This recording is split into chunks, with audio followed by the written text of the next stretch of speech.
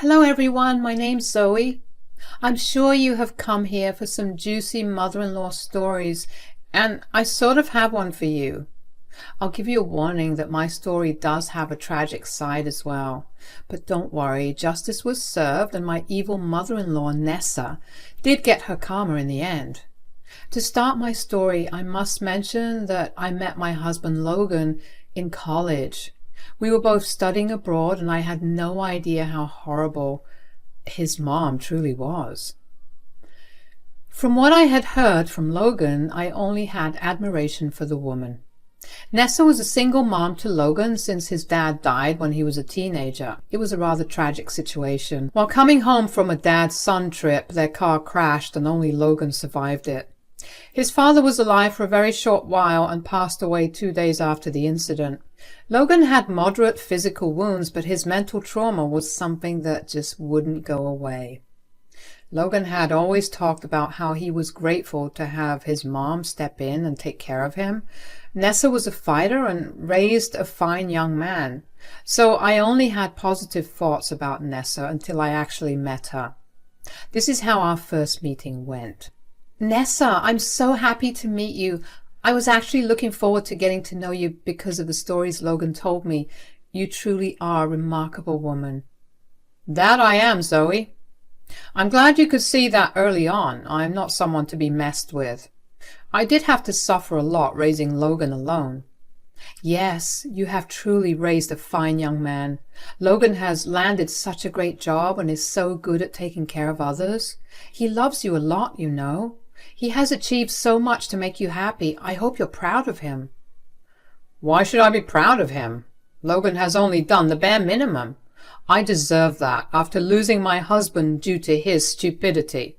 I swear Logan had gone rock beside me. I was seriously taken aback by Nessa's words as well. I had no idea how to react to that. What Nessa said was nothing short of mean and horrible. I said, "What do you mean, Nessa? It's very unfortunate that your husband died in an accident, but what does Logan have to do with it?" "Oh, well, he had everything to do with it. If Logan had not insisted on leaving me alone and going on a dad-son trip, my husband would still be alive. It is because of him that I lost my dear husband. Am I right, Logan?" "Yes, you're right, Mom. I really shouldn't have insisted on that trip. I'm sorry, Mom." Did you see that, Zoe? Even Logan accepts his mistake. That is one of the reasons why he is so close to me. I am his responsibility now. Let me warn you, Zoe. Logan will always put me before you. He will always remember his duty to me. Guys, the dinner was an eye-opener for me. I sat there in shock while Logan kept his head down and just took the blame for his father's death. Nessa had a gala time blaming him and reminding him how she should always be his priority. I stayed with Nessa for 2 days and what I heard broke my heart. Nessa actively blamed Logan and has been doing it his entire life. That way she kept him under her thumb and made him fund her life. It was just bizarre and I felt bad for Logan. One night I sat him down and tried to make him understand how wrong Nessa was. I said, "Logan, you shouldn't listen to your mother. She's just trying to control you by shifting the blame for the accident on you. This is not okay." "Zoe, Mom's right. In a way, I am responsible for Dad's passing. I've already accepted it. You don't have to feel sorry for me." "Logan, you are crazy. You need to seriously get some distance from your mom and analyze her ways. She's emotionally manipulating you and taking advantage of you." "Look, Zoe, even if you're right, what can I do? I need to take care of her. She's the only one I have left. Before my dad died, I had promised him that I would do everything to help my mom. I can't back down on that promise. It's true that I took Dad away from her. I want to make up for that mistake. It's my duty." I tried my best to make Logan understand what a snake his mom was, but he would never listen to me. Nessa made good use of his fresh trauma and manipulated him into thinking that he owed Nessa everything in his life. Nessa was taking full advantage of that. My good opinion about her was already in shambles and I started to hate her. Nessa wasn't stupid. She knew that I would try to make Logan see the truth about her, so she constantly created trouble between me and Logan. Despite everything, I married Logan because he was an amazing man. I knew that his love for me was true. I also knew that I couldn't just walk away from him knowing how vulnerable he was. We got married, and soon Logan purchased an expensive mansion for us. Guess who showed up right after we moved in? Yes, it was Nessa. One day she just showed up with her stuff and declared that she would stay with us. Why, you may ask? Of course, because she deserves it for losing her husband due to Logan's fault. I swear even typing this out makes me want to knock her out. You could only imagine my anger when she sat in front of me and berated Logan for not inviting her sooner. Logan, of course, gave in and allowed her to stay. He was already shouldering her expenses and paying her rent, so it was nothing new for her. But it turned out to be a nightmare for me. Nessa made my life a living hell. She started to manipulate Logan into thinking that I was a gold digger who didn't want him to take care of her. Yes, I didn't want Logan to shoulder all of Nessa's expenses because she was a toxic manipulator and abuser. I don't know why she thought I was a gold digger because I contributed to the household and had a job, albeit not as good as Logan. Anyway, after a year of fights and screaming matches, I have had enough and left the house. I moved into a friend's empty apartment and gave Logan an ultimatum. I said, "Listen to me, Logan. I can't live with your mom like this. We have been taking all her responsibilities, and she is still running around abusing us. Hell, she had moved on to trying to break us up. I can't take this anymore. You refuse to punish her or do anything about this situation." "Zoe, what can I do? You know I can't speak against my mom. I'm the reason she's alone and without a partner. I don't have the place to tell her off. I'm so sorry, Zoe. I want to support you, but I don't know how." "Listen to me, Logan. You have to see past your mom's manipulating tactics and take a stand for us. This can't continue. I won't go back to that house while she's there. If you think you can't do anything, then it's best we get a divorce." I was honestly tired of Nessa and at the end of my wits, so it was natural for me to consider divorce. I didn't want to be with someone who wouldn't stand up for me. But Logan wasn't willing to let me go. He immediately panicked and started to beg. He said, "Zoe, I can't evict my mom from the house. I promised my father that I'd take care of her. I won't be able to make her homeless or kick her out. But I will buy a new house, Zoe. I'll sell whatever I own and buy a house for you." "No, I don't think that would be a good idea. As much as I want to get away from your mother, I also don't want to financially cripple you." "Fine then, you can. I'll pay the down payment and take a mortgage. I promise I'll get you away from my mother. If I leave her the house, she will at least create less problems in our life.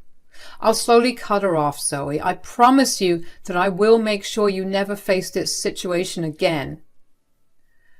Logan literally begged me to give him a chance. I won't lie to you guys, but I did feel hesitant to accept his request. I did love him a lot, but I was doubtful that his mom would leave us alone. However, after a lot of careful consideration, I decided to give him a chance, that things would be different for us. It was hard to start a new life with Logan. Nessa threw a fit when he talked about moving out. Thankfully, Logan pacified her by saying that the house would be hers and she wouldn't have to leave her favorite place. Also, Logan promised to send her an allowance every month so that she wouldn't have to fend for herself. While this was going on, I continued to stay apart from my husband. I wanted to see his resolve and only waited till he had purchased a house and started the mortgage payments. He was the one who set everything up, so I knew he was serious. 2 months after the house purchase, I moved back in with Logan. Nessa threw a fit and tried to cause problems. She stormed into our new house and said, "Why the hell is that witch back with you, Logan? I thought we had gotten rid of her for good. You don't need a gold digger in your life like that. Look at this, Logan. She even made you buy a new house." "Mom, you have no right to say what I do with my own marriage. You wanted Zoe gone, but I didn't. We have decided to mend our relationship and marriage. You should be happy for us." "Why the hell would I be happy, Logan? First, Zoe tried to kick me out of your house, and now she made you buy her a new house. She's just proving me right in thinking that she is a gold digger. Why would you still want that in your life? Mom, I love Zoe. Buying a new place was solely my decision. Zoe had nothing to do with it. You are not a saint either, Mom. You did create a host of problems for Zoe, too. So far, I have never stood up against you, but you are taking things too far. Don't make me regret supporting you, Mom. My dear mother-in-law turned pale when Logan talked to her like that.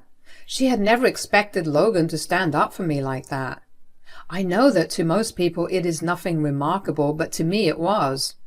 I knew how much mental strength it took Logan to stand up to his mom. Nessa, of course, cried and lamented about how he was treating her very cruelly. It was a complete drama, and I wisely kept my mouth shut. I didn't want to interfere and somehow give Nessa the chance to make me the bad guy again. Plus, I didn't even have to say anything.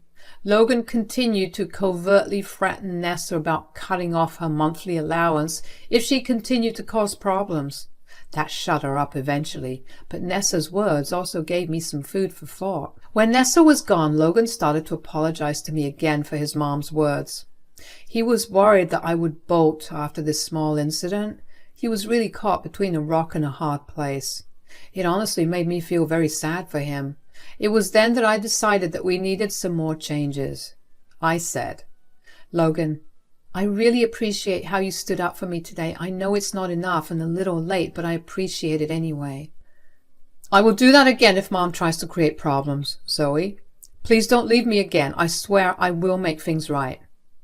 Logan, I'm not leaving for now, but we would need a little more change after today's incident. It has got me thinking about certain stuff and what more needs to be done. Logan immediately jumped to hear my suggestions. It warmed my heart to know that he was willing to do what it takes to make us happy. That's how I got the confidence to proceed with my suggestions. I said, first of all, I think we need to see a therapist. We need both individual therapy and couples therapy. It will help us fix our relationship better and make you unlearn that shit that Nessa has been teaching you since your childhood. Absolutely, Zoe. I've been thinking about the same thing. It's difficult for me to stand up to my mom due to my childhood. Mom really made sure I always felt guilty about standing up to her. Only therapy can help me in this regard. What else do you have in mind? I would like to start paying the mortgage on this house. What? No. I decided to buy a new house. I need to prove to you that I am committed to us, Zoe. You already proved to me that you are committed to making this marriage work. But I need the world to know that I am not a gold digger. For that, I need to have an equal contribution to this house. You already made the down payment, so I will take over the mortgage payment. Eventually, we will put both our names on this house. Logan did protest a lot when I suggested this. He was adamant that he would pay for the whole house. Hell, he even suggested I put my name on the deed without paying anything. But I strongly disagreed with that. I knew that if I had taken up his offer, his mother would be proven right. She would have convinced everyone that I am after Logan's money, which I am definitely not. The best course of action was for me to pay the mortgage and eventually have my name added to the house. After a lot of discussion, I convinced Logan to do what I had planned. From the next month onward, I started the mortgage payments on the house. 2 years passed and things were great between me and Logan. In our new house, we were able to have a happy married life away from Nessa. She did try to meddle and cause problems, but Logan put her back in her place every time. Therapy helped a lot, and Logan was able to let go of the guilt that his mother had instilled in him. The two of us were very happy, and Nessa was a distant problem from our past. But everything came crashing down when Logan was diagnosed with a rare disease. The diagnosis came late, and there was very little we could do to help him. He was given 4 months to live. It is difficult for me to describe what the diagnosis did to me. It is even more difficult to explain my mental condition when he passed away just 3 months into the diagnosis. What I can say is that I was able to make the most of what little time I had left with Logan. Thankfully, Nessa didn't interfere much, or rather Logan didn't allow her to. But when he was gone, Nessa didn't stop the venom spilling out. Just 2 days after Logan's death, she strolled into my house like she owned it.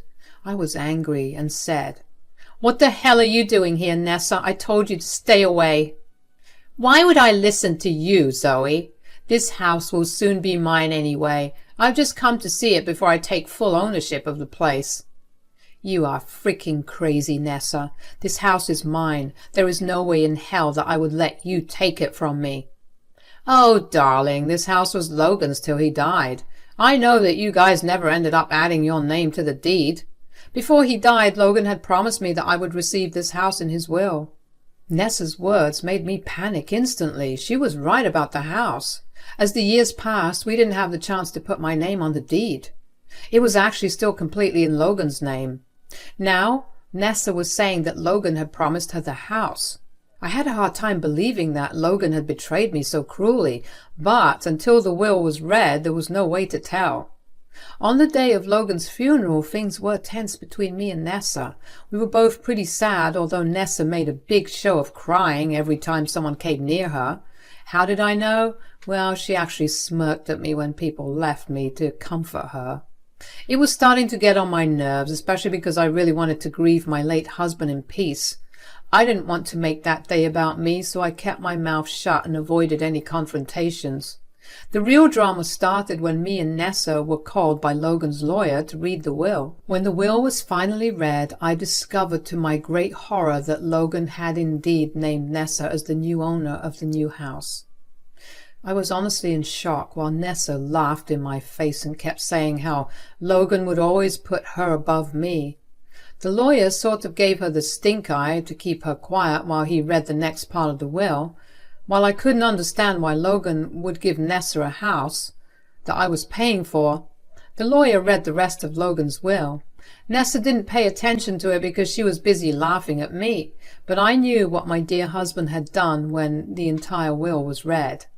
I smiled a little at Nessa when the lawyer said, "So, as you can see, the smaller house that was purchased recently will go to Mrs. Nessa here." Oh God, my son does love me a lot, doesn't he? He left me 2 freaking houses while his gold digger wife didn't get anything. I'm not sure you understand the will correctly, Mom. Maybe instead of laughing at your daughter-in-law, you should have paid more attention to the last part of the will. What? What are you talking about? Well, let me put these simple words for you, Mom. The bigger house that you're living in right now is going to Zoe, and the smaller house with an active mortgage is going to you. This means you will have to empty your existing place and take on the mortgage at the smaller house. Nessa's face completely changed when she realized what Logan had done. Her precious son hadn't left her everything in his will. Instead, he had left her a small house with an outstanding mortgage that she would have to shoulder. I, his wife, ended up inheriting the bigger house from which Nessa had forcefully made me move. It was the last bit of revenge that my dear husband took on my behalf. Nessa was in complete shock. She couldn't believe what she was hearing. She said, "Excuse me? What are you even talking about? That can't be true. My son would never do that to me. You are lying. This is some sort of a scheme against me." "You are accusing me of being unprofessional, Mom? That is a serious allegation that I won't entertain. I will provide you with a copy of the will so that you can cross-check the facts." "Oh, hell yes. I'm going to take a copy and see for myself." The lawyer looked pretty ticked off as he handed us both the will. True to his words, the will stated what the lawyer had already told us. My husband hadn't betrayed me. He actually screwed Nessa over as a last act of revenge. I knew he did it for both me and him. He was finally able to teach Nessa a lesson. Seeing Nessa's face, I could tell that she wasn't pleased. She started to cry and yell at both me and the lawyer. It was just bizarre the way she was behaving. Even the lawyer looked like he was at the end of his wits. Nessa kept saying, "This is bullshit. This can't happen. Someone has sabotaged this will." "This will is 100% genuine, Mom. Mr. Logan had himself drawn it up a month before he died. And this will is rock solid. I will contest this will. I won't let Zoe take what's rightfully mine. I will sue you, Zoe." "Go right ahead, Nessa. Your son has made sure that the will is ironclad. You can't do anything about it. If you want to contest, you will have to use your own money. By the way, I hope you realize your allowance will stop from next month." Nessa looked at me in panic when I said that. She hadn't thought about that either. She was so used to having Logan take care of her that she didn't even plan what would happen when he wasn't around. I guess she had really thought that Logan would leave her everything in his will. So my little warning sparked some doubts in her. She said, No, that can't be possible. I'm entitled to an allowance, right? I didn't think so, ma'am. Since there is no clause about an allowance, it means you are not entitled to any. Besides, the will clearly says that all monetary possessions of my late client will go to his wife, so any allowance you get will depend on your daughter-in-law. If you think I will give you any money, you need to think again, Nessa. That will never happen, so don't even bother asking me. No, this can't be happening. Nessa sank to the floor, crying like a banshee. The lawyer and I ignored her to carry on our own conversation. She remained on the floor crying and cursing me out while I casually strolled out of the funeral home after I was done. Nessa had her karma served to her, and it was now time to face the music. As the days passed, Nessa desperately tried to go against the will. She spent the last bits of her money trying to find a lawyer who would contest the will. Well, to no one's surprise, everyone refused. While she was busy doing this, I had served her an eviction notice. The house she lived in was mine now anyway. As the month was up, she tried to beg me to let her stay there. She even tried to use her crocodile tears to make me give her money. I closed the door on her face, of course.